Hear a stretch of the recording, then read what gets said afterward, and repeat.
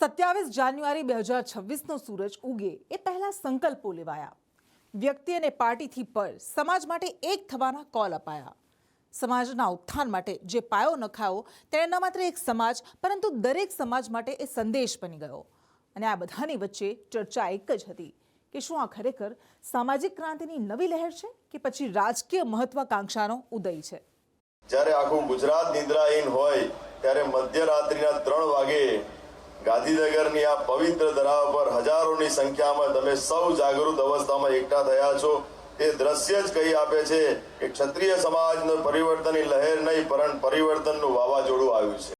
અને ખરેખર આજે જોવા મળ્યું કે સમાજની તાકાત શું હોય. સંમેલનની તાકાત આજે તમામ પક્ષના રાજકીય આગેવાનો એક મંચ ઉપર છે. આપણા માટે સૌના માટે ગૌરવની બાબત. સૌ સાથે મળી અને સાચી દિશાની અંદર કામ કરી કોઈ પણ સમાજની લાંબી લીટી આપણે ટૂંકી કરવાની નથી, પણ આપણી જે ટૂંકી લીટી છે એને આપણે સ્વયં લાંબી કરીએ. સમાજને ક્યાંય એક છેવાડાના વ્યક્તિને એનો કોઈ પણ પ્રકારનો વાંક ના હોય અને એને કોઈ તંત્ર હોય કે કોઈ વ્યક્તિઓ મારફત અન્યાય થયો હોય ત્યારે આ સ્ટેજ ઉપર આવ્યા એવાને એવી રીતે એક સ્ટેજ ઉપર આવીને એને ન્યાય અપાવવાનું કામ પણ આવનાર સમયની અંદર ઠાકોર સમાજ કરે.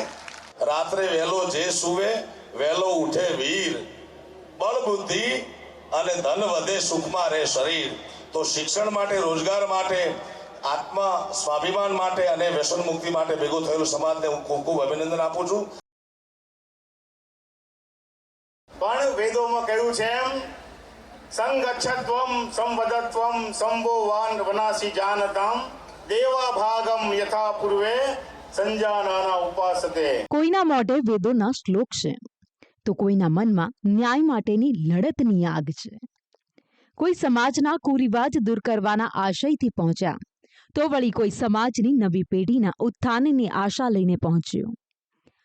પાટનગર ગાંધીનગરની ધરતી પર પરોઢિયે બ્રહ્મ મુહૂર્તમાં ભેગો થયેલો આ સમાજ હવે સામાજિક પરિવર્તનના પથ પર આગળ વધવા લાગે છે.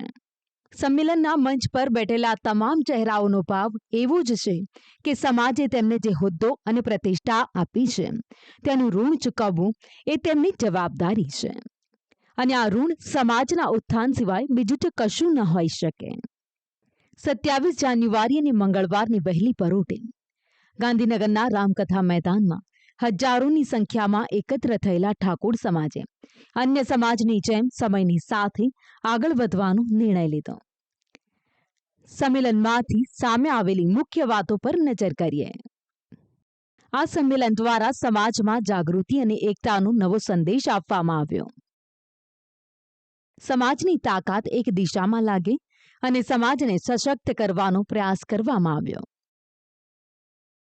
ઉત્તર, દક્ષિણ, મધ્ય અને સૌરાષ્ટ્ર એમ સમગ્ર ગુજરાતમાં વસતા સમાજે એક થવા આગ્રહ કર્યો. આર્થિક નહીં પરંતુ સામાજિક રીતે સમાજના નાગરિકના ન્યાય માટે આવી જ રીતે એક રહેવાનું પણ આહવાન કરવામાં આવ્યું. સમાજમાં વ્યસન મુક્તિ બાદ હવે શિક્ષણની ભૂખ જગાડવાનો પ્રયાસ કરાયો. પટાવાળા અને સિક્યોરિટીના વિચારોથી બહાર નીકળી IAS અને IPS બનવાનું લક્ષ્ય રાખીએ.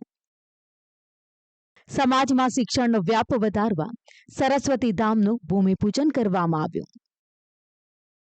સાથે જ દરેક તાલુકામાં દીકરીઓ માટે હોસ્ટેલ બનાવવાની વાત કરવામાં આવી. ગામડાઓમાં 90 થી 95% લોકો વ્યસન મુક્ત થયા હોવાનો પણ દાવો કરાયો. જોકે એક હકીકત એ પણ છે કે આજ ઠાકોર સમાજે 4 જાન્યુઆરીના રોજ સમાજના ઉત્થાન માટે 16 મુદ્દાઓનું બંધારણ પણ બનાવ્યું હતું, જેમાં સગાઈમાં 21 લોકોથી વધારે વ્યક્તિ જઈ શકશે નહીં. ઓઢામણામાં કપડાં કે દાગીના લઈ જવા નહીં. સગાઈમાં સાડી, નાળિયેર, રૂપિયો લઈ જવાનું રહેશે. વૈશાખ અથવા મા મહિનામાં જ લગ્નની તારીખ નક્કી કરાશે.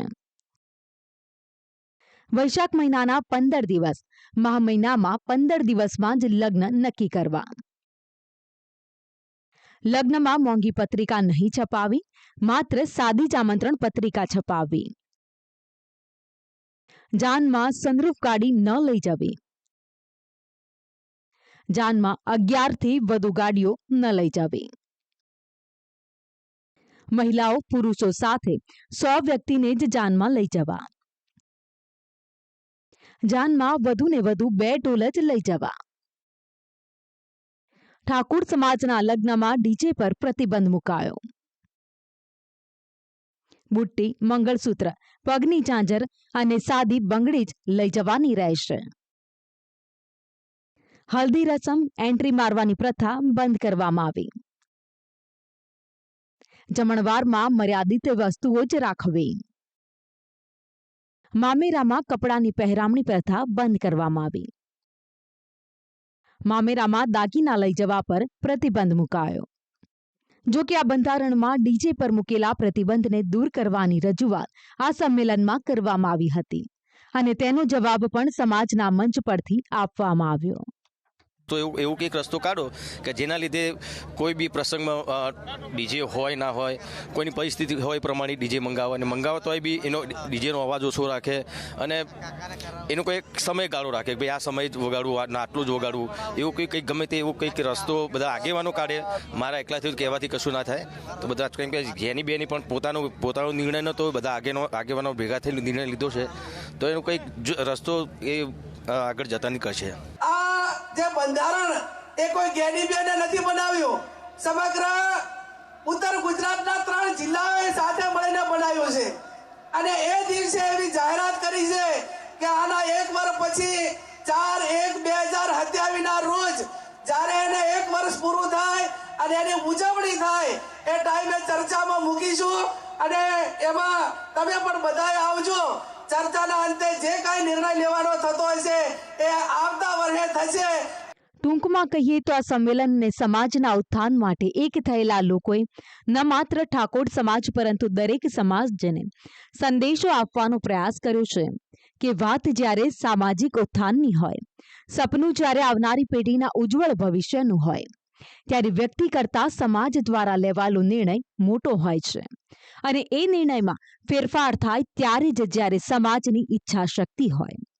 પરંતુ અહીં ઉડીને આંખે વળગે એવી વાત એ પણ છે કે સમાજના મંચના નામે એક થયેલા ઠાકોર સમાજના આ ચહેરાઓ શું ખરેખરમાં સમાજના ઉત્થાન માટે જ એક થયા છે કે પછી પોતાની રાજકીય સફરને વધુ સરળ અને મજબૂત બનાવવા માટે સમાજનો ઉપયોગ કરવા માંગે છે? કેમ કે મંચ પર દેખાતા મોટાભાગના ચહેરાઓ કોઈને કોઈ પાર્ટી સાથે સંકળાયેલા છે.